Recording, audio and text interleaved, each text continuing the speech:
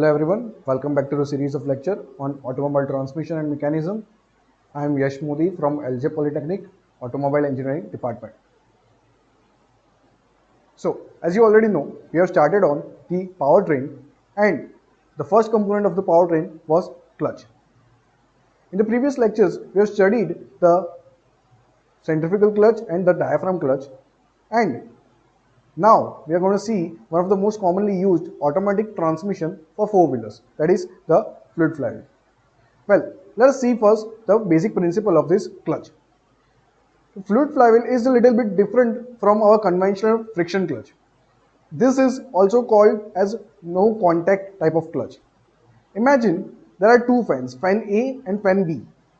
Now if I give electric supply to fan A, it will start rotating. But due to this, fan B will not start rotating, right? Obviously. But if we place these two fans facing each other and in closed room, then what will happen that if I supply electricity to fan A, the blades of fan 2 or B will also start rotating. Well, that is the basic principle of this fluid flywheel, also known as fluid coupling. But in our case, we will use a denser or heavier fluid that will cause more torque to transmit. Now let us see the construction of this clutch. Here you can see the housing. On the inside there are numerous components like impeller, turbine, bearings.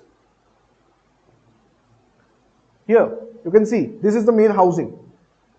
Inside this housing is a fan called impeller. This impeller is basically a fan that is connected to the input shaft.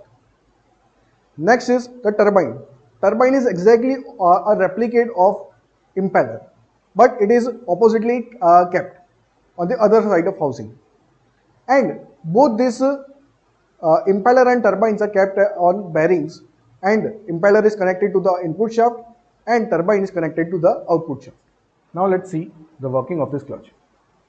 On the screen you can see the working principle of this clutch can be easily visualized. As I told you earlier, fan A is given electrical supply while fan B is connected to the lamp. As the wind from fan A strikes blades of fan B, it will start rotating and the lamp will be illuminated.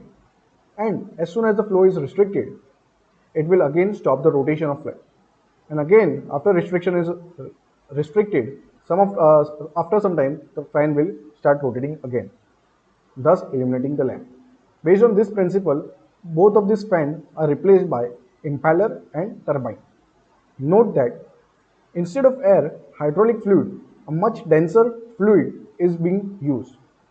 The impeller is connected to the input shaft driven by the torque of engine, and the turbine is connected to the output shaft. Also, note that at no time both impeller and turbine are in contact with each other. The impeller blades will cause the fluid to move in a linear manner from the outer ring towards the outer ring of turbine, and thus it will cause the turbine to rotate. And this fluid will move from inner ring of turbine to the impeller, and thus repeating the cycle.